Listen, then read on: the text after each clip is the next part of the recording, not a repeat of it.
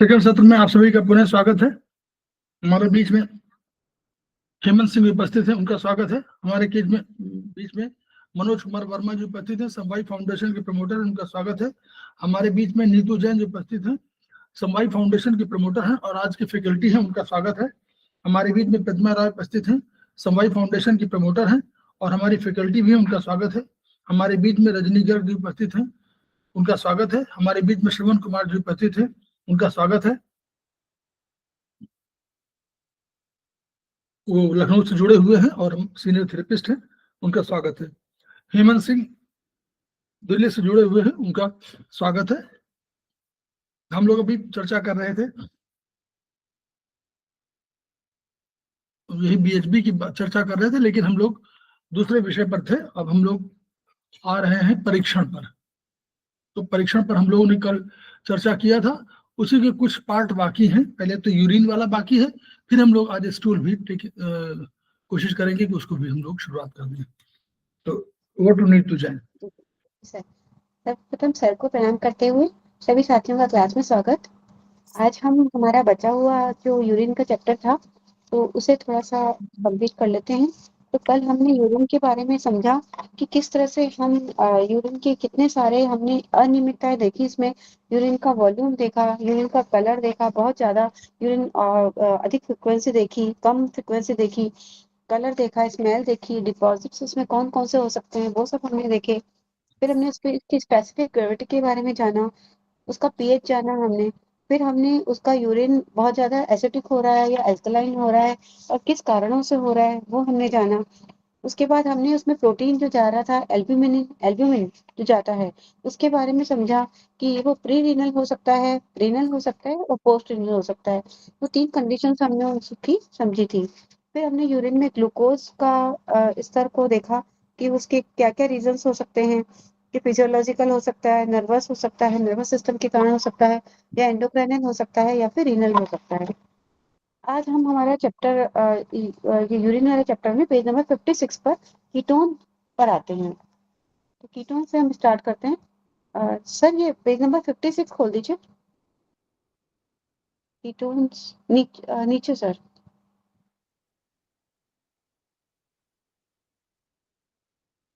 जी sir.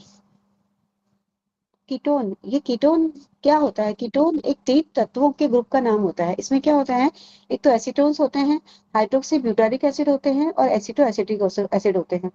ये तीनों तत्व क्या होते हैं कि हमारा जो शरीर होता है वो लिवर होता है।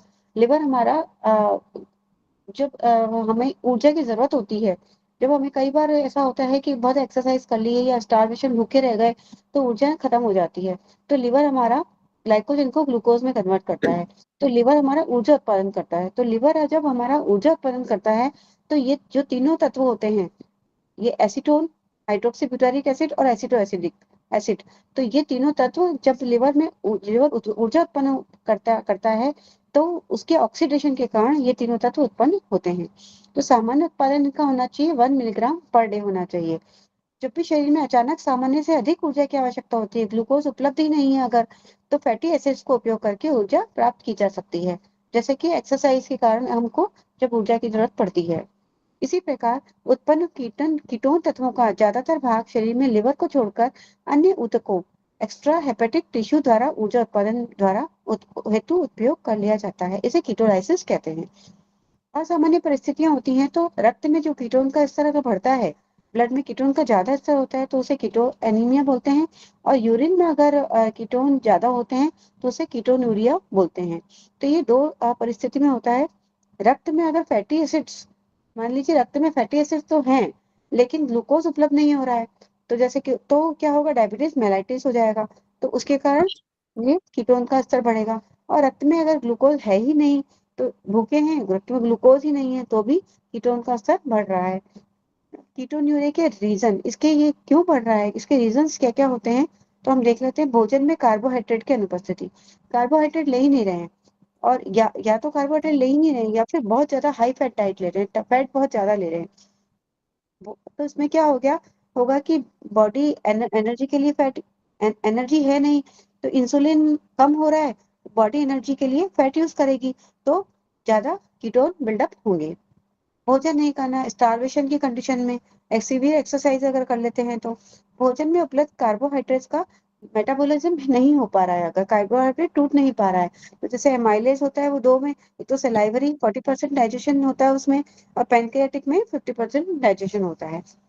फिर है लंबे समय तक ईथर एनेस्थीसिया, ये एनेस्थीसिया लेना बहुत लंबे समय तक ले लिया है अगर, एंटीरियर पिट्यूटरी एक्सट्रेट का सेवन, ये कोई एंटीरियर पिट्यूटरी एक्सट्रेट का अगर आप बहुत ज्यादा सेवन कर लिया, ये दवाई दवाई वगैरह का इस तरह से सेवन कर लिया, महिलाओं में अगर स्तनपान कराते हैं तो हो सकता है कीटोन बढ़ सकते हैं। पैथोलॉजिकल रीजन इसके हो सकते हैं डायबिटीज मेलाइटिस में हो सकता है, बॉडी एल्कोलाइसिस जैसे कि pyloric and intestinal obstruction, hyper pyrexia जैसे कि बहुत हाई फीवर हो जाए, मेनिंजाइटिस हो जाए, एनसेफेलाइटिस हो जाए, इन्फेक्शन हो जाता है इसमें, सीवियर वॉमिटिंग हो जाता है, तो इसमें कीटोन का लेवल बढ़ जाता है इन कंडीशंस में।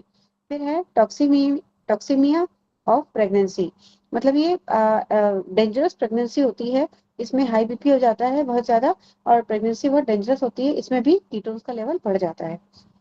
तो ये अब नेक्स्ट हम 10th पॉइंट पर आते हैं, यूरिया। उसकी प्रोटीन मेटाबॉलिज्म के फलस्वरूप बनी अमोनिया, जब अमोनिया बनता है तो लिवर के द्वारा यूरिया में परिवर्तित कर दी जाती है। लिवर उसको जो उसका कैटाबोलिज्म के मेटाबॉलिज्म होता है उसका, तो जो लिवर होता है उसको यूरिया में चेंज कर दिया, अमोनिया को यूरिया में चेंज कर देता है। यूरिया फॉर्मेशन के चिन्ह किडनी या मस्तिष्क में मिलते हैं, लेकिन उनकी क्षमता मात्र 2 से 5% ही है, सिर्फ 2 से 5% वो किडनी और ब्रेन में बनते हैं। सामान्य जो ब्लड में यूरिया होना चाहिए वो 15 टू 40 मिलीग्राम परसेंटेज होना चाहिए, और यूरिन में यूरिया का मान 25 से 30 ग्राम पर डे होना चाहिए। अगर यूरिया बहुत ज्यादा एक्सक्रीट हो रहा है यूरिन में, तो उसके क्या रीजंस हो सकते हैं हम देख लेते हैं। यूरिन में अधिक यूरिया उत्सर्ज कोशिकाओं में अधिक प्रोटीन मेटाबॉलिज्म के कारण होता है। प्रोटीन बहुत ज्यादा टूट रहा है तो यूरिया बहुत ज्यादा बनेगा, तो जैसे कि तेज ज्वर, फीवर फीवर बहुत ज्यादा आ रहा है, डायबिटिक मेलाइटिस में हो रहा है, एड्रेनल कॉर्टेक्स की अधिक सक्रियता, एड्रेनल कॉर्टेक्स बहुत ज्यादा एक्टिव हो गया है। इसके अलावा निम्न रोगों में रक्त यूरिया मान बढ़ने के साथ यूरिन में इनकी उत्सर्जन मात्रा वेरिएबल पाई जाती है, जैसे डिहाइड्रेशन हो जाए, पाइलोरिक स्टेनोसिस हो जाए। पाइलोरिक स्टेनोसिस हमने पढ़ा था कि ये अवरोध हो जाता है विथ वॉमिटिंग, वॉमिटिंग के साथ में हो जाता है। फिर है ulcerative colitis with loss of chloride ions इसमें कम हो जाते हैं।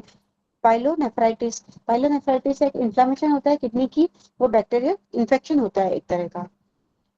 फिर हमारा ये है हाइड्रोनेफ्रोसिस। हाइड्रोनेफ्रोसिस हमने देखा था कि पानी की मात्रा बढ़ जाती है जहां पर किडनी में एक्सेस फ्लूइड हो जाता है, बैक ऑफ यूरिन हो जाता है। फिर इसके बाद में हाइपर प्रोस्टेट बढ़ने लगता है, तो इन सारी कंडीशन में यूरिया बढ़ने लग जाता है। तो इन सारी कंडीशन में हम जानते हैं K3 हमारा ऑर्गन सोर्स पॉइंट है, तो K3 को हम टोन करते हैं तो उससे हमें आराम मिलता है। यूरिन में यूरिया का उत्सर्जन निम्न रोगों में सामान्य से कम हो जाता है। अब यूरिया कम भी हो सकता है, एक्सेस भी नहीं होना चाहिए, कम भी नहीं होना चाहिए। किडनी की क्षमता अगर कम हो रही है या लिवर हमारा काम नहीं कर पा रहा है, ये यूरिया का लेवल कम हो जाता है, जैसे लिवर सिरोसिस हो गया, एसिडोसिस, एसिडोसिस यानी बॉडी एसिडिक हो गई बहुत ज्यादा, नेफ्राइटिस, किडनी में इन्फ्लामेशन हो रही है, तो उसके कारण भी यूरिया कम हो जाता है। नेक्स्ट पॉइंट है हमारा यूरिक एसिड। यूरिक एसिड हमारा न्यूक्लिक एसिड में मौजूद प्यूरिन, प्यूरिन एक हमारा ये हमारा एसेंशियल होता है लिविंग बींग्स के लिए, तो इसका कैटाबोलिज्म होकर होता है, टूटता है ये, तो उससे यूरिक एसिड उत्पन्न होता है जो यूरिन में निकल जाता है। सामान्यतः यूरिन में जो यूरिक एसिड के मान होना चाहिए वो 0.5 से 1 ग्राम पर डे होना चाहिए। ब्लड में हमारा जब यूरिक एसिड बढ़ता है तो उसके कारण हमारा लिवर रिस्पॉन्सिबल होता है। यह कैटाबॉलिज्म हमारा अधिकतर ज्यादातर हमारा लिवर, हमारी कार्डियक मसल्स और हमारी अस्थिपेशी और थोड़ा सा भाग हमारा स्प्लीन, किडनी और पेनक्रियास में होता है। सामान्यतः जो ब्लड में यूरिक एसिड का मान होता है वो 3 to 7 मिलीग्राम परसेंटेज होता है। ये क्यों बढ़ जाता है, जैसे कि व्यक्ति अगर भोजन में दूध, दही, अंडा, चीज, बहुत ज्यादा प्रोटीन ले रहा है, इससे निर्मित पदार्थों का बहुत ज्यादा सेवन कर रहा है, तो यूरिक एसिड बढ़ जाएगा। ग्लूकोकार्टिकॉइड्स, ये एड्रिनोकार्टिकोट्रोपिक हार्मोन, ये ACTH, ये हार्मोन अगर इसका ज्यादा सेवन कर रहा है तो बढ़ जाएगा। दवाएं जो किडनी नेफ्रॉन में यूरिक एसिड का रीअब्जॉर्प्शन अवरुद्ध कर दे, जैसे ग्लाइसिन। ये दवा लेने से हमारा किडनी में यूरिक एसिड एब्जॉर्ब होना बंद हो जाता है। यूरिकोसूरिक ड्रग, ये भी एक दवाई है, सैलिसाइलेट। इसी की opposite lactic acid uric acid को किडनी नेफ्रॉन में पुनः शोषण बनाकर रक्त यूरिया मान को बढ़ा देता है। इसमें ये यूरिक एसिड का मान बढ़ जाता है।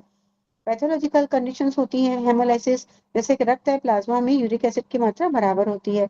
ल्यूकीमिया में अत्यधिक ल्यूकोसाइट कोशिकाओं के टूटने के कारण, विशेषकर कभी जब स्पेशली जब बहुत ज्यादा साइटोटॉक्सिक दवाएं प्रयोग की जा रही हो।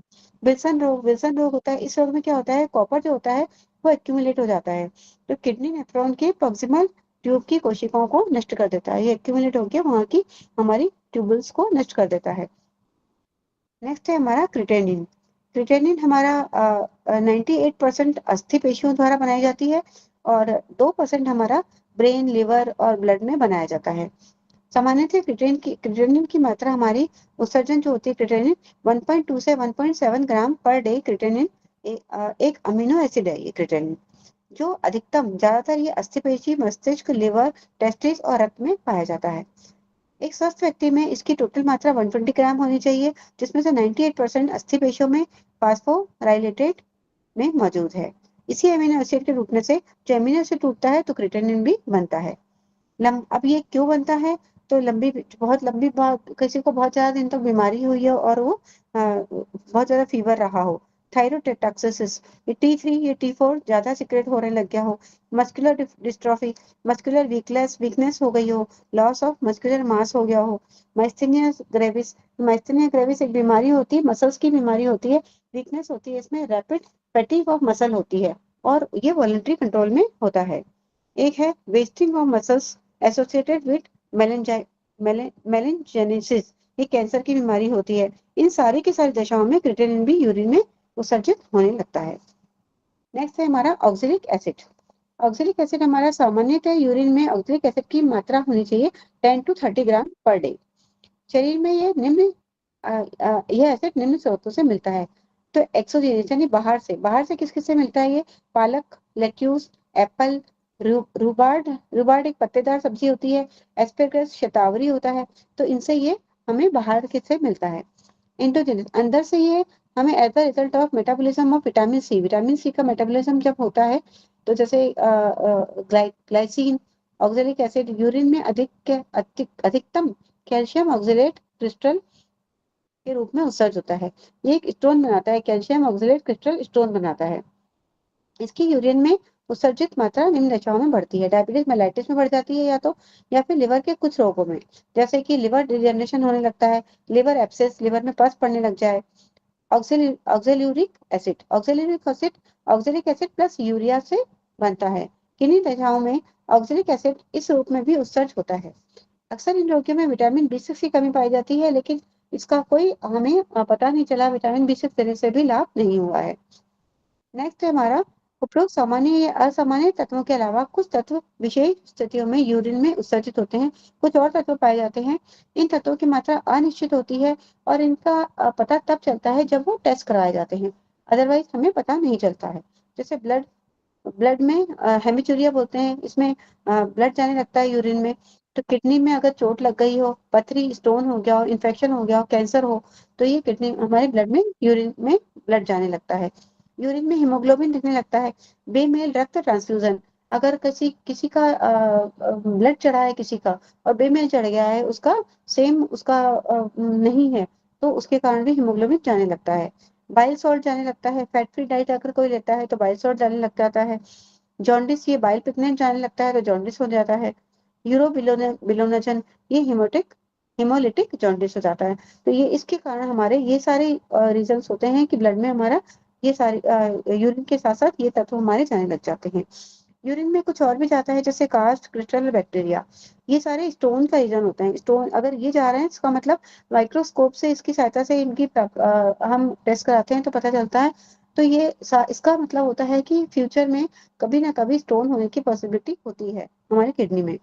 कास्ट का हम पढ़ते हैं, यूरिनरी तंत्र के किसी भी भाग में एपिथेलियल कोशिकाएं एक परत में निकलकर मूत्र प्रवाह में आती हैं तो ये सिलेंडर का आकार ले लेती है, सिलेंडर के एक थोड़े सिलेंडर का आकार ले लेती हैं। इनको एपिथेलियल कास्ट कहते हैं, जो नेफ्राइटिस की पहचान है, जो हमारे किडनी में इन्फ्लामेशन की पहचान है। ये इन्हीं एपिथेलियल कास्ट में जब डिजनरेशन चेंज हो चुके हैं तो इनमें ग्रेन्यूल्स बन जाते हैं, छोटे छोटे दाने से बन जाते हैं, इन्हें ग्रेन्यूल कास्ट कहते हैं।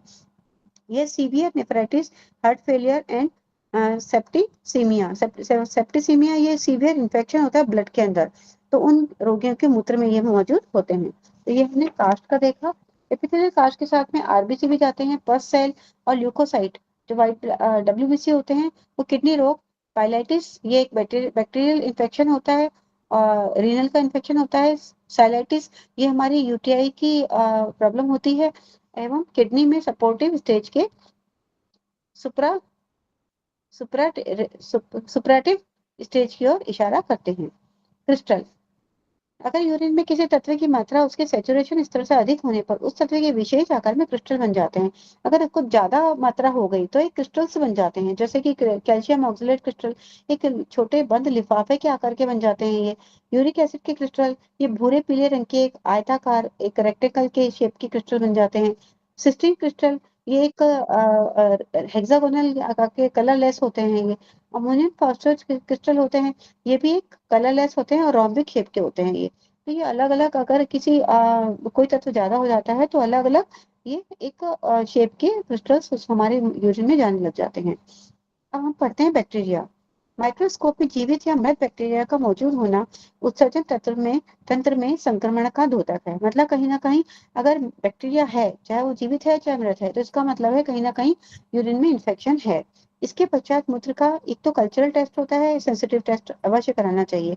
तो कल्चरल टेस्ट की रिपोर्ट हमको 3-4 दिन में मिलती है, और बाकी हमको जो नॉर्मल रिपोर्ट होती है वो हमको नेक्स्ट डे मिल जाती है। उससे बैक्टीरिया की पहचान, तो उससे हम कल्चरल टेस्ट से जब डॉक्टर्स कल्चरल टेस्ट कराते हैं तो उसमें हम बैक्टीरिया का, वो स्पेशल बैक्टीरिया का पता करते हैं कि कौन सा बैक्टीरिया है, तो उसकी स्पेशल एंटीबायोटिक देते हैं वो लोग, तो वो बैक्टीरिया की पहचान उससे हो जाती है। ओके। अब महिलाओं में यूरिनरी ट्रैक्ट के रोगियों के साथ योनि मार्ग का संक्रमण वेजाइनाइटिस का होना, या कहा जाए कि वेजाइनाइटिस के बाद यूटीआई का रुग्ण होना एक सामान्य घटना पाई जाती है। तो एक तो क्या होता है यूरिन में, यूटीआई में बहुत ज्यादा जलन होती है यूरिन करने में। ये जलन के कारण बहुत ज्यादा जलन इतनी ज्यादा होता है कि बार बार ऐसा लगता है कि यूरिन जाना है, तो उसमें पता नहीं चलता है कि क्या हो रहा है, प्रॉब्लम क्या क्या हो रही है, बहुत तेज जलन होती है और बार बार यूरिन जाना पड़ता है। तो महिलाओं में क्या होता है कि एक तो एनस और वेजाइना वो बहुत पास पास होते हैं, तो उसमें हम उसका एक तरीका ये होता है कि एनस की सफाई के जब करना होता है तो हाथ को हमें पीछे से आगे की तरफ ले जाने की बजाय आगे से पीछे की तरफ ले जाना चाहिए, जिससे कि वेजाइना का इन्फेक्शन ना हो। अगर वेजाइना का इन्फेक्शन की ये एक सिम्टम होता है। एक हमें हमने सर ने बताया था कि स्टोन अगर का सिम्टम देखना है किसी में, तो उसका एक ये तरीका होता है कि किसी को बहुत प्यास लग रही है तो उसे आप पानी का ग्लास, भरा हुआ पानी का ग्लास ले जाके दीजिए। लेकिन अगर उसने पूरा पानी नहीं पिया है, आधा पानी पिया है, आधा छोड़ दिया है, प्यास तो बहुत ज्यादा लग रही है लेकिन पानी नहीं पी पा रहा है वो, तो इसका मतलब वो इंटरनल ह्यूमिड हीट है उसको। तो इस इंटरनल ह्यूमिड हीट का मतलब है स्टोन है, या फिर कहीं ना कहीं गांठ है। तो इसको ये एक तो UB66 स्पिंचर ऑफ यूबी का पॉइंट है, ये दे सकते हैं। UB34 ये ऑटोनोमिक इनर्वेशन पॉइंट है हमारा यूरिन का, स्टूल का, मतलब यूरिन और स्टूल नहीं रोक पाते हैं अगर, तो ये हमारा UB66 है और UB34 है, ये ऑटोनोमिक इनर्वेशन का पॉइंट है। तो ये हम पॉइंट दे सकते हैं उनको। अब सर हम स्टूल टेस्ट पे आ जाते हैं। जी। अब हम पेज नंबर 61 पर आते हैं, तो स्टूल टेस्ट को भी हमें जान लेते हैं, हमारे पास टाइम है आज। तो स्टूल टेस्ट हम, जैसे कि हमने देखा था कि यूरिन टेस्ट हमें हम खुद थोड़ा बहुत, हम सुबह सुबह जब जाते हैं यूरिन के लिए, यूरिन पास करने के लिए, तो हम खुद अपना यूरिन देख के पहचान, उसको थोड़ा थोड़ा पहचान कर सकते हैं कलर से, स्मेल से। मैम एक क्वेश्चन है। जी मैम मैम। एक क्वेश्चन है, क्या मैं पूछ सकती हूँ? जी जी जी मैम। मैम जो आपने बताया UB66 और UB34 जो जी यूरिन को नहीं रोक पाते हैं, यूरिन या स्टूल को, तो जो जी ये एक एजेड पर्सन में ये इशू होता है उसके लिए भी हम लोग इसको यूज कर सकते हैं? बिल्कुल मैम कर सकते हैं, क्योंकि UB66 स्पिंचर का पॉइंट है और UB34 ऑटोनोमिक इनर्वेशन का पॉइंट है, जो हमारा नर्व से ब्रेन से जोड़ रहा है। तो हम इनको यूज करके उनको दे सकते हैं। तो इनको टोन करना चाहिए मैम, कि मेथी लगानी चाहिए 80+ यदि कोई लेडी है? मैम वैसे तो सर ज्यादा अच्छे से बताएंगे, पर मैं तो यही सजेस्ट करूंगी कि दाना मेथी ही हमें लगाने चाहिए पहले, कि ओके, मेथी लगा के एनर्जी बैलेंस करनी चाहिए। ओरिजिनल पर, राइट? जी जी, और और इतना पर या हम ब्योल अच्छा, पर भी कर सकते हैं। देखिए ओके मैडम, ओके। ऐसा, हाँ, कौन मैडम बोल रहे हैं? Madam good name. जी, रजनी गर्ग सर। अच्छा, रजनी मैडम, ऐसा है कि देखिए, जो एजिंग पर्सन आपने बोला ना, ये जैसे अभी नीतू मैडम ने कहा कि ये पॉइंट यूज करनी चाहिए, तो ये सिंगल पॉइंट है, प्रभावशाली है, कोई शक नहीं इसमें, कोई शक। लेकिन नॉर्मली जैसे आप कोई एज पर्टिकुलर, आपने एजिंग कहा ना, एजिंग में अगर आप 65+ की बात इशारा कर रही हैं, तो उसमें आपको किडनी इनडिफिशियंसी होना स्वाभाविक है। ओके अब at the age of 55 in ladies और at the age of 60 in males, तो ये जो वो उसको किडनी किडनी को मत भूलिए। किडनी आपको जी, सारे रोगों की बात जड़ है। तो राइट। किडनी को किडनी इनडिफिशियंसी, किडनी यांग डिफिशियंसी, किडनी की डिफिशियंसी और किडनी एक और है एसेंस, जी, चार प्रोटोकॉल आपके पास हैं, और ये रामबाण की तरह यूज करिए at the age of 55 ladies, 60 gents. क्योंकि ओके ये जो किडनी इनडिफिशियंसी की वजह से आपको जो हॉट फ्लैशेस मेल फीमेल दोनों में, मेल को भी जी, मालूम पड़ता है, मेल को मालूम पड़ता है, उसमें जानते हैं, मेल को मालूम नहीं पड़ता। राइट। मेल को हम लोग यही जान समझ पाए हैं जब पढ़े हैं कि भाई मेल को भी होता है मेनोपॉजल जी सिम्टम। सर। तो यानी हम जी सबको सर। करना यूज, वो आप मत भूलिए, बहुत सी चीजें आप ठीक हो जाएगी। प्लस एक और, जब कभी और को लगे कि तब भी ठीक नहीं हो पा रहा है, तो एक और आपके पास है स्प्लीन यांग डिफिशियंसी, बस तो याद है, स्प्लीन यांग डिफिशियंसी, ये 5 प्रोटोकॉल आपके पास है, ये वाले नेचुरली भी कम हो जाएंगे। Okay sir. ठीक है जी, जी चलिए। Sir. Okay, thank you sir. अब हम स्टूल टेस्ट पे आते हैं, कि हम स्टूल टेस्ट के बारे में जान लेते हैं। तो थोड़ा सा हम बुक से हट के थोड़ा सा पहले हम टर्म समझ लेते हैं, बुक से हट के थोड़ी सी, कि हमें जो टर्म्स आएंगे उनको समझ लेते हैं। तो स्टूल टेस्ट एक तो ये है कि स्टूल जब हम जाते हैं, तो सबसे पहले हमें खुद को ही स्टूल टेस्ट हमारा देखना चाहिए, देख के उसको देखना चाहिए कि वो गाढ़ा है, चिपचिपा है, बहुत ज्यादा लूज तो नहीं है, उसकी शेप क्या है, उसका कलर क्या है, उसका स्मेल क्या है। तो थोड़ा सा तो हम खुद ही पता कर सकते हैं कि हमारा डाइजेस्टिव सिस्टम में क्या प्रॉब्लम है, तो उससे हमें थोड़ा सा आइडिया हो जाता है। और बाकी अगर हमें कुछ प्रॉब्लम होती है तो हम स्टूल टेस्ट करा सकते हैं। स्टूल टेस्ट हमें बताता है ये कि व्यक्ति को डाइजेस्टिव प्रॉब्लम इश्यूज किस किस तरह से हैं। तो डाइजेस्टिव इश्यूज हमारे व्यक्ति को उसका रूट कॉज समझने में हेल्प करता है।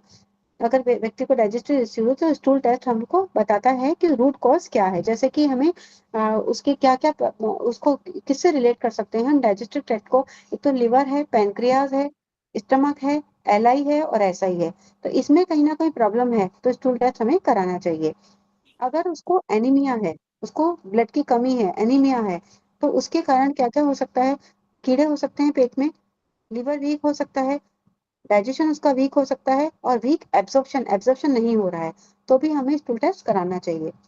फिर है लिवर और पैंक्रियास डिसऑर्डर, हम देख लेते हैं। तो लिवर रिलेटेड प्रॉब्लम अगर कौन कौन सी हो सकती है, जैसे कि ऑब्स्ट्रक्टिव जॉन्डिस, ये क्या एक टर्म आएगी अभी, ऑब्स्ट्रक्टिव जॉन्डिस ये क्या होता है, तो उसके बारे में हम जान लेते हैं। जॉन्डिस वो कंडीशन होती है जब ब्लड के ब्लड हमारा ब्लड ब्रेकडाउन जब होता है, तो एक्स्ट्रा पिगमेंट उसमें प्रोड्यूस होता है, तो उसे हम बिलीरुबिन कहते हैं। नॉर्मल कंडीशन में जो ये पिगमेंट जो होता है, वो बाइल की फॉर्म में बाहर आ जाता है। लेकिन अगर बाइल के रास्ते में फ्लो में कहीं रुकावट आ जाए, ऑब्स्ट्रक्शन आ जाए, तो ये बाइल हमारा ड्यूोडेनम में नहीं पहुंच पाता है। तो जब वो नहीं पहुंच पाता है, तो पिगमेंट वापस ब्लड में चले जाएगा। तो इसी को हम ऑब्स्ट्रक्टिव जॉन्डिस कहते हैं। ये एक टर्म आएगी जिसे हमने अभी समझा, तो इसे हम ऑब्स्ट्रक्टिव जॉन्डिस कहते हैं। नेक्स्ट है हमारा PN related, pancreas related problem. तो इसे हम बोलते हैं पैनक्रियाटाइटिस। तो उसमें स्वेलिंग आना, इन्फ्लामेशन आना, इन्फेक्शन हो जाना पैनक्रिया में। तो अलग अलग एंजाइम्स हमारे पैनक्रियास में के गड़बड़ हो जाएंगे। मतलब पैनक्रियास में अगर स्वेलिंग इन्फेक्शन हो गया है तो अलग अलग पैनक्रिया हम जानते हैं एंजाइम्स हमारे अलग अलग एक्टिवेट करता है, तो वो कहीं ना कहीं उसमें प्रॉब्लम आ जाएगी। पैनक्रिया पैनक्रियाटिक जूस सिक्रेट करता है जो कि प्रोटीन को ब्रेक डाउन करने में हेल्प करता है, तो प्रोटीन डाइजेशन में भी प्रॉब्लम आ जाएगी। स्टूल टेस्ट से हम जान पाएंगे कि लिवर या पैनक्रिया की प्रॉब्लम कौन सी प्रॉब्लम आ रही है। नेक्स्ट हम जानते हैं कॉन्स्टिपेशन। कॉन्स्टिपेशन एक बहुत बड़ा रीजन है कि अगर कॉन्स्टिपेशन हो रहा है तो हमें स्टूल टेस्ट कराना चाहिए, अगर बहुत ज्यादा लंबे टाइम तक कॉन्स्टिपेशन हो रहा है तो अगर कंटिन्यूस कॉन्स्टिपेशन प्रॉब्लम हो रही है तो प्रॉब्लम हमारी किस किस कारण से हो सकती है। एक तो डाइजेस्टिव जूसेस, अगर डाइजेस्टिव जूसेस कम हो रहे हैं तो खाना डाइजेस्ट नहीं हो रहा है, या फिर म्यूकस कम बन रहा है। अगर म्यूकस गट की लाइनिंग बनाने में हेल्प करता है, हम जानते हैं म्यूकस हमारा गट की लाइनिंग बनाने में हेल्प करता है, अगर म्यूकस बन ही नहीं रहा है, नहीं बन रहा है, तो गट हमारा बहुत स्लिपरी नहीं होगा, क्योंकि गट में चीजें हमारी अटक जाएंगी, स्लिप स्लिप नहीं होगा हमारा खाना, तो जो रगेज है वो बॉडी से बाहर नहीं निकल पाएगा। तो ये स्टूल टेस्ट से हमको डायग्नोस हो जाएगा कि म्यूकस कम बन रहा है, तो हमें स्टूल टेस्ट कराना चाहिए। नेक्स्ट है हमारा एक इनएक्टिव इंटेस्टाइन, मतलब इंटेस्टाइन एक्टिव ही नहीं हो रही है। कॉन्स्टिपेशन का एक कारण यह भी हो सकता है कि कोई नर्व हमारी कंप्रेस हो गई हो, क्योंकि कॉन्स्टिपेशन हमारा एक तो हमारे इसके रीजन तो है ही, एक हमारा ब्रेन से भी जुड़ा हुआ हो सकता है।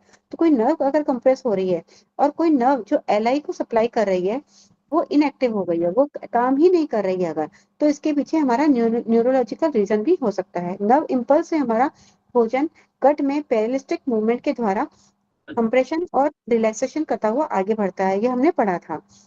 और अगर नर्व की सप्लाई हमारी नर्व इम्पल्स ही कम है तो ये हमारा क्या होगा कि रगेज आगे नहीं बढ़ पाएगा, जो पेरिस्टिक मूवमेंट है वो नहीं हो रहे हैं, तो भोजन आगे नहीं बढ़ पा रहा है। अगर स्टूल नॉर्मल है लेकिन फिर भी कॉन्स्टिपेशन है तो इसका मतलब है कि कहीं ना कहीं नर्व इम्पल्स की भी प्रॉब्लम आ सकती है।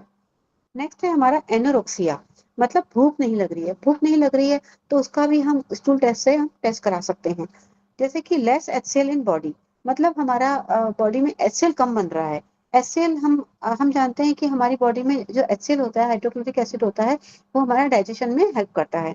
अगर एचसीएल स्टमक में कम हो रहा है, कम हो गया, तो absorption of vitamin B twelve भी हमारा विटामिन बी 12 का एब्जॉर्प्शन कम हो जाएगा। अल्सरेशन हो सकता है, घाव हो जाते हैं, घाव हो जाए गट में, कहीं भी घाव हो जाए तो ब्लीडिंग अगर होने लग जाती है तो हमारा ब्लड लॉस हो जाएगा। अगर ब्लड लॉस होने लग गया घाव होने पर, नर्व एंडिंग, जो घाव हो गई तो नर्व की एंडिंग हमारी डिस्टर्ब हो जाएगी। नर्व एंडिंग डिस्टर्ब हो गई तो नर्व की इम्पल्स हमारी ब्रेन, नर्व की इम्पल्स जो ब्रेन तक जाते हैं वो नहीं जा पाएंगे, क्योंकि नर्व ही हमारी सूचना लेके जाती है, वो नहीं जाएंगे तो भूख का एहसास ही नहीं होगा। तो ये अल्सरेशन एक भी एक रीजन हमारा भूख बंद होने का हो सकता है। एक है इनडाइजेशन। गट मीन्स गट हमारा क्या क्या है, गट में हमारा माउथ आता है, एसोफेगस आता है, स्टमक, एसआई, एलआई, पूरा का पूरा हमारा रेक्टम में जाके वो एंड होता है। अगर खाना पच ही नहीं रहा है और गट के किसी भी पार्ट में सड़ने लग गया है तो भूख भी नहीं लगेगी। खाना पच ही नहीं रहा, गट कहीं ना कहीं सड़ गया है, खाना निकल भी नहीं रहा है, सड़ गया है वो, तो भूख नहीं लगी, तो डॉक्टर हमको स्टूल टेस्ट के लिए बोलेंगे कि हमें स्टूल टेस्ट कराना चाहिए। नेक्स्ट है हमारा, अगर मेटेलिक या नॉन मेटेलिक कंडीशंस, मतलब कुछ ऐसी कंडीशंस हो रही है, मेटेलिक कोई टॉक्सिन्स इकट्ठे हो रहे हैं, पॉइजनिंग हो रही है, तो भी हमें स्टूल टेस्ट की जरूरत पड़ेगी। जैसे कि मेटल हैवी होते हैं नेचर में और स्टूल में आ जाएगा, तो हम स्टूल टेस्ट कराएंगे तो हमें पता चल जाएगा कि कहीं ना कहीं कोई प्रॉब्लम टॉक्सिन्स की हो रही है, तो स्टूल बता देगा कि हमारा अनावश्यक कोई एलिमेंट गट में मौजूद है और वो पॉइजन फैला रहा है। एक और रीजन होता है, अगर हम खाना खा रहे हैं तो कुछ माउथ में थोड़ा सा हमारा मूवमेंट डाइजेस्ट हो जाता है, उसके बाद फूड पाइप मैंने एसोफेगस में हो जाता है, फिर स्टमक में जाता है और फिर हमारा स्मॉल इंटेस्टाइन में उसको एब्जॉर्ब होता है। वेस्ट मटेरियल हमारा एलआई में एक्सक्रीटरी मटेरियल के रूप में चले जाता है, जहाँ ये पहले असेंडिंग कॉलम में जाता है, फिर ये ट्रांसफर कॉलम में जाता है और फिर डिसेंडिंग कॉलम में आता है और फिर रेक्टम में आता है। वहां से नर्व इम्पल्स आता है, वही नर्व इम्पल्स आता है ब्रेन के पास में खाली करने के लिए, फिर स्पिंचर खुलते हैं और वेस्ट बाहर निकल जाता है। तो ये अगर स्पिंचर ही नहीं खुल रहे हैं, नर्व इम्पल्स नहीं हो रहा, तो भी ये हमारे प्रॉब्लम हो सकती है। तो ये हम सब सारी की सारी चीजें हम स्टूल टेस्ट से पता कर सकते हैं। अब हम देखते हैं, हम हमारे बुक पर आते हैं कि हमारे जो कंस्टिट्यूशन देखते हैं, हमारे कंपोजिशन क्या क्या होता है स्टूल में। स्टूल में हमारा जल का कंपोजिशन होता है 60 to 70%। सॉलिड होता है हमारा 30 to 40%, ये हमारा सॉलिड होता है। फिर अकार्बनिक तत्व होते हैं, इनऑर्गेनिक एलिमेंट्स होते हैं, सोडियम पोटेशियम एटसेट्रा होते हैं। कार्बनिक ऑर्गेनिक एलिमेंट्स हमारे प्रोटीन होते हैं, 1.7 ग्राम पर डे होता है। वसा जो हम फैट लेते हैं वो हमारा 6 ग्राम पर डे होता है।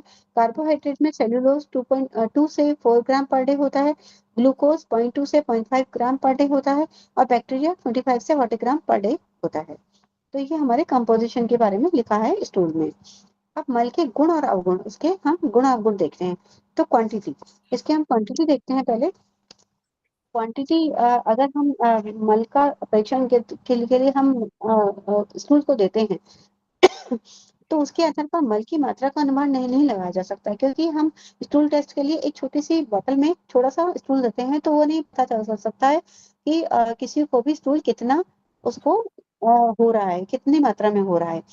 तो सप्लाइड मात्रा की ये हम इसके नहीं पता कर सकते हैं, इसमें स्टूल टेस्ट से नहीं पता चल सकता है।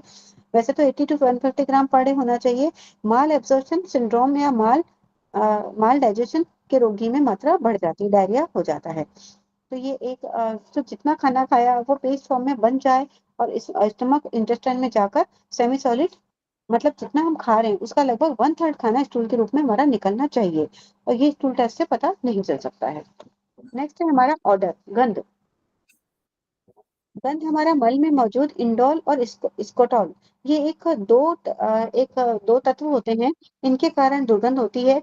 तो ये डिकम्पोजिशन ऑफ एमिनो एसिड्स के कारण इंडोल बनते हैं, और एक ट्राइथोलोन के कारण स्केटॉल बनता है। तो ये स्मॉलेस्ट पार्ट होते हैं, प्रोटीन के पार्ट होते हैं, बहुत छोटे छोटे। तो इसमें क्या होता है, एमिनो एसिड के डिकम्पोजिशन से बॉडी में दो सब्सटेंसेस बन जाते हैं, इंडोल और स्केटॉल। और इन्हीं सब्सटेंसेस के कारण स्मेल पैदा होती है।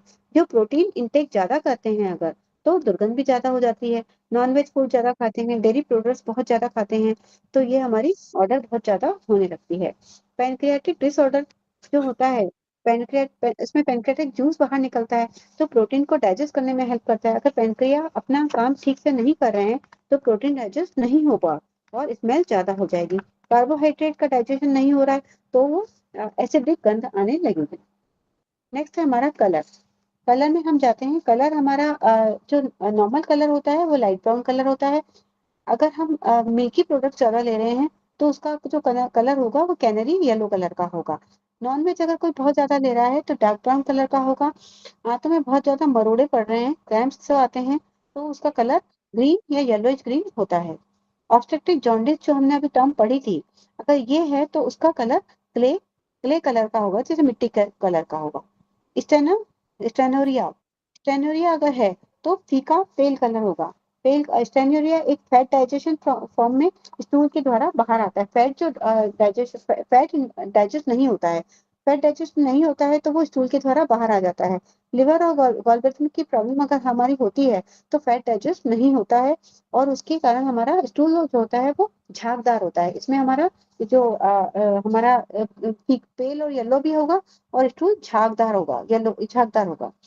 स्टमक ब्लीडिंग मेलेनिया, मतलब कि अगर अंदर कहीं ब्लीडिंग हो रही है, अगर कहीं अंदर हमारी किसी भी डाइजेस्टिव सिस्टम में कहीं कहीं ना कहीं ब्लीडिंग हो रही है, एसआई में हो रही है, कहीं पे भी हो रही है, तो ब्लड हमारा एसआई एलआई रेक्टम में, मतलब कहीं भी ब्लीडिंग हो रही है तो वो लार्ज इंटेस्टाइन तक आते आते स्टूल की फॉर्म तक बनते बनते वो बहुत ज्यादा ऑक्सीडाइज हो जाएगा, और ऑक्सीडाइज हो जाएगा तो उसका कलर ब्लैक हो जाएगा। तो ये अगर ब्लीडिंग के कंडीशन में काला कोलतार जैसा कलर होता है। भूरा लाल रंग, ये ब्लीडिंग एलआई या एलआई के आसपास कहीं हो रही है अगर ब्लीडिंग, तो ये भूरा लाल रंग का होगा, क्योंकि अगर बहुत पहले हो रही ब्लीडिंग तो वो डार्क हो जाएगा नीचे आते आते। और अगर एलआई के पास ही अगर कहीं ब्लीडिंग हो रही है तो वो ब्राउनिश रेड कलर का हमारा स्टूल होगा। नेक्स्ट पॉइंट है हमारा कंसिस्टेंसी। कंसिस्टेंसी में हम देखते हैं कि पिचकने, एक सामान्य कंडीशन में तो जैसे पिचकने लायक होता है, सॉफ्ट होता है वो। फिर एक डायरिया होता है, डायरिया में सेमी सॉलिड होता है। कॉन्स्टिपेशन में बहुत हार्ड होता है, ये हम जानते हैं। डिहाइड्रेशन और कॉन्स्टिपेशन, डिहाइड्रेशन भी हो रहा है और कॉन्स्टिपेशन भी हो रहा है तो गुठली जैसा बनेगा। एक्सेस म्यूकस बहुत ज्यादा है तो बहुत बहुत ज्यादा एकदम फिसलने जैसा, चिकना जैसा होगा। और एक कालरा मतलब कि कोलेरा, कालरा एक बैक्टीरियल डिजीज होती है ये। तो ये अगर होते हैं तो वाटरी होता है वो बहुत ज्यादा। और डिसेंट्री अगर होने लग जाते हैं तो पस सहित होता है। और स्टेनोरिया, फैट अगर बाहर जा रहा है तो हमने अभी देखा था झाग झाग युक्त होगा, उसमें फैट बाहर जाने लगा, फैट डाइजेस्ट नहीं हो रहा है। अब है एबनॉर्मल कॉन्स्टिट्यूट्स। अब ये इसमें अब अनियमित तत्व कोई जाते हैं तो डिसकलरेशन, मन में जब सामान्य स्टेरोकोलिबिन अनुपस्थित होता है तो डिसकलर होने के कारण ये असामान्य लगता है। यानी कि अगर ये तत्व स्टूल में नहीं होगा तो स्टूल का कलर नॉर्मल नहीं हो पाता है। जैसे कि अगर म्यूकस म्यूकस में अगर इन्फेक्शन है तो ज्यादा म्यूकस मतलब इन्फेक्शन। फिर है ब्लड, ब्लड अगर जा रहा है उसमें तो अल्सर के रोगी में ब्लड जाता है स्टूल के साथ साथ। कोलोन का संक्रमण करने वाले जीवाणु रक्त में सनामल देते हैं। फिर हेमरेज होने पर मल, जो हेमरेज अगर हो रहा है कहीं ना कहीं ब्लीडिंग हो रहा है तो हमारे स्टूल में बहुत पेनफुल होगा और उसमें ब्रैंक चुएगा, मतलब ड्रॉप ड्रॉप की तरह से होगा जाएगा। फिर है फैट, फैट इसमें बहुत ज्यादा पेन होता है। फैट हमारा, तो हमारा लिवर को चेक करना पड़ता है फैट अगर जा रहा है। जैसे कि हमने अभी देखा तो चिकना सफेदी लिया मल वसा वसा नहीं पच रहा है तो ये हमको लिवर को देखना पड़ेगा। प्रोटीन, प्रोटीन बाहर आना है, यानी कि प्रोटीन जो कि बॉडी बिल्डर है, बॉडी बिल्डिंग में प्रोटीन काम आता है हमारा। तो अगर प्रोटीन बाहर आ रहा है, बॉडी उसको फिल्टर के रूप में बाहर निकाल रही है तो हमारे को उसकी कहीं ना कहीं वीकनेस आ जाएगी। पस अगर आ रहा है तो पुरुलेंट पस, यानी कि पस बाहर आने के कारण इन्फेक्शन है, ये इन्फेक्शन है, आंतों में इन्फेक्शन हो गया है तो पस पस आ रहा है। इसके अलावा माइक्रोस्कोपिक जांच में बहुत सारे कई ये बैक्टीरिया और ओवा की महत्वपूर्ण सूचना मिलती है कि कई कई तरह के बैक्टीरिया हैं। बैक्टीरिया के नाम है जैसे प्रोटोजोआ है, एंट अमीबा हिस्टोलिका, जियार्डिया, ट्राइकोमोनास, बेलेंटिडियम, ये सब एक बैक्टीरिया हैं। एक तो गुड बैक्टीरिया होते हैं और एक बैड बैक्टीरिया होते हैं। तो गुड बैक्टीरिया हमारे बहुत सारे होते हैं, अगर वो कहीं ना कहीं कहीं प्रॉब्लम आ रही है तो वो ये एग ब्लड में सर्कुलेट करते रहते हैं। ये जो एग है, ये सारे एग हैं जो ब्लड में सर्कुलेट होते रहते हैं। ये कीड़े वर्म्स बहुत प्रकार के होते हैं और बहुत तेजी से बढ़ते हैं। तो हमारी गट लाइनिंग बहुत इंपॉर्टेंट होती है। तो जैसे कि सर हमें बताते हैं, कई बार हमें सर बताते हैं, जैसे अंडे, जैसे अभी अंडे वाला आएगा तो इसमें हम देखेंगे तो उसके लिए हम अगर कहीं इन्फेक्शन है हमारे जीआईटी में तो उसके लिए हम आयुर्वेद में LI SI और स्टमक, वो वहां पर हम जीरो टोन नहीं सेलेक्ट करेंगे। और अगर TCM में हमें करना है तो LI SI ST, उनमें से हम ऑर्गन सोर्स पॉइंट को हम टोन करेंगे, ऑर्गन सोर्स को टोन करेंगे और जीग्रस पॉइंट को हम सेलेक्ट करेंगे। तो ये हम या ब्लैक कलर भी लगा सकते हैं इन पर हम। तो ये हम करके उसकी इन्फेक्शन को कम कर सकते हैं। ये बैक्टीरिया भी कई तरह के होते हैं। इनचेसरिया कोलाई बड़ी आंतों में बहुत बहुत ज्यादा मौजूद होते हैं। अनपचे भोजन में से कार्बोहाइड्रेट उपयोग करके एसिड और गैस उत्पन्न करते हैं। अधिकतर यही नॉन इफेक्टिव गैस व्यक्ति मल के साथ उत्सर्जित करता है। फ्लेटस, सामान्यतः ये जीवाणु शरीर को विटामिन देता है किंतु किन्हीं दवाओं के प्रभाव से डायरिया की दशा में इनकी संख्या कम होने पर रोग उत्पन्न हो जाते हैं। इसके अलावा बहुत सारे पैथोजेनिक बैक्टीरिया के नाम है ये: इंटरोबैक्टर, एरोजेंस, गैंग्रीन, बेसिलाई, बैक्टीरियोइड, फ्रेजिलिस, कोकाई। इन जीवाणु की पहचान तो हमें कल्चर कराना पड़ेगा। ये अंडे, ये हमने अभी देखा कि thread worm, round worm, hook worm. Hook worm एक बहुत जाना पहचाना सा वर्ड है। हुक वर्म हम जानते हैं कि बहुत ज्यादा जाना पहचाना वर्म है, वर्ड है हमारे कीड़ों के लिए। टेप वर्म और विप वर्म, ये बहुत सारे वर्ड टर्म्स हैं। ये सारे कीड़ों की है जो हमारे कीड़े हो जाते हैं पेट में। मल परीक्षण की संस्तुति निम्न दशाओं में कई, ये सब कुछ दशाएं होती हैं उनमें हमारे को स्टूल टेस्ट कराना चाहिए जो कि हमने पहले देखा था। पाचन तंत्र संबंधी समस्त समस्याओं में यह परीक्षण करवा लेना चाहिए। परीक्षण की रिपोर्ट पाचन तंत्र की अंधी 10 मीटर लंबी गुफा की अनियमित दशाओं का ज्ञान कराती है। मल परीक्षण की रिपोर्ट नेगेटिव आने के बाद, अगर नेगेटिव आती है तो भी एक हफ्ते के बाद में हमको वापस टेस्ट कराना चाहिए, क्योंकि कई बार रिपोर्ट उस टाइम नहीं आ रहा है तो एक सप्ताह बाद वो आने लग जाएगा। ब्लड की कमी, एनीमिया, जैसा कि हमने देखा एनीमिया में हमें स्टूल टेस्ट कराना चाहिए। एनोरेक्सिया, भूख नहीं लगती है तो भी हमें स्टूल टेस्ट कराना चाहिए। और लीवर पैंक्रियास संबंधित रोग जो कि हमने अभी देखे थे तो हमें स्टूल टेस्ट कराना चाहिए। कॉन्स्टिपेशन में भी हमें स्टूल टेस्ट कराना चाहिए। और अगर कहीं पॉइजनिंग हो गई, देखा था कि लेड, आर्सेनिक, मरकरी, यूरेनिया, ये कहीं ना कहीं हमारे शरीर में पॉइजन इकट्ठे हो गए हैं, कोई टॉक्सिन्स इकट्ठे हो गए हैं, तो वो स्टूल में जा रहे हैं, तो स्टूल टेस्ट के द्वारा हमें उनका पता कर सकते हैं। तो इस तरह से हमने स्टूल टेस्ट के बारे में जाना। Thank you so much.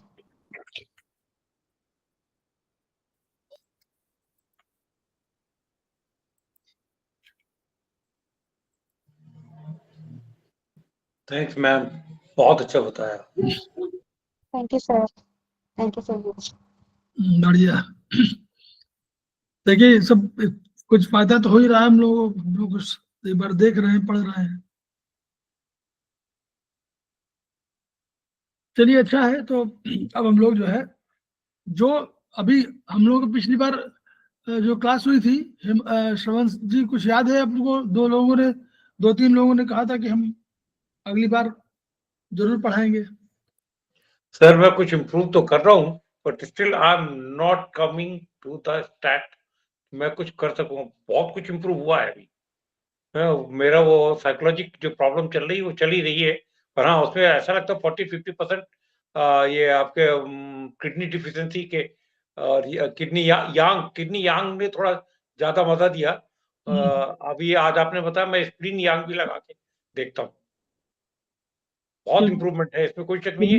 मेरा डे टू डे दिनचर्या में काफी परिवर्तन आया है। किडनी यांग कमजोर होगी तो स्प्लिन यांग भी कमजोर हो जाएगी। हाँ, तो मैं अर्ली डेज में स्प्लिनोमेगाली से सफर भी किया था, समवेयर 3-4 months अर्ली एज में, दैट वाज इन 75 के आसपास। उसको भी करिए, उससे दोनों चीजें ठीक होगी, काफी ठीक होगी उससे। हाँ, किडनी यांग डिफिशिएंसी में बहुत आराम मिला मुझे। और इससे प्रोकल है, देखिए किडनी यांग कमजोर होगी तो स्प्लिन यांग कमजोर हो जाएगी, और किडनी यांग कमजोर होगी तो भी वो स्प्लिन यांग कमजोर होगी तो भी इसको कर देगी। सर तो ये अल्टरनेट लगाऊं या दोनों एक साथ? नहीं, एक साथ कभी मत लगाइए, अल्टरनेट लगाइए। अल्टरनेट, ठीक, राइट। 2-2 दिन लगाते हैं। हाँ, लगा लीजिए। ठीक, राइट सर, थैंक यू। मैं स्वयं आ जाऊंगा जैसे ही time, I will be with you sir. अभी ऑनलाइन। अभी पिछली बार वो बोला था, बिस्ट मैडम बिस्ट थी, गर्मा बिस्ट बोली थी। एक मैडम थी, अच्छा मनोज कुमार वर्मा हमारे जो हैं शामिल हुए हैं उसमें, वो हमारे प्रमोटर हैं, वो भी बोल रहे थे कि हम भी पढ़ाएंगे। वो भी अपना, क्योंकि जब आप पढ़ाएंगे तो आपका ज्ञान और बढ़ेगा। ज्ञान कैसे बढ़ेगा? आप थोड़ा सा पढ़ेंगे और पढ़ने के आधार पर उस पर और समझ में सर पढ़ाने में जो जितना बढ़ता है उतना पढ़ने में नहीं बढ़ता अकेले। हाँ, जब पढ़ाएंगे थोड़ा सा और बढ़ेगा। स्ट्रेस लेते हैं तो उससे फायदा होता है। तभी से बोलते हैं कि भाई आप थोड़ा पढ़ाइए जरूर। आप एक टॉपिक पढ़ाइए, आपको खुद महसूस होगा कि आप उस टॉपिक को बेटर जान गए हैं पहले इसकी अपेक्षा।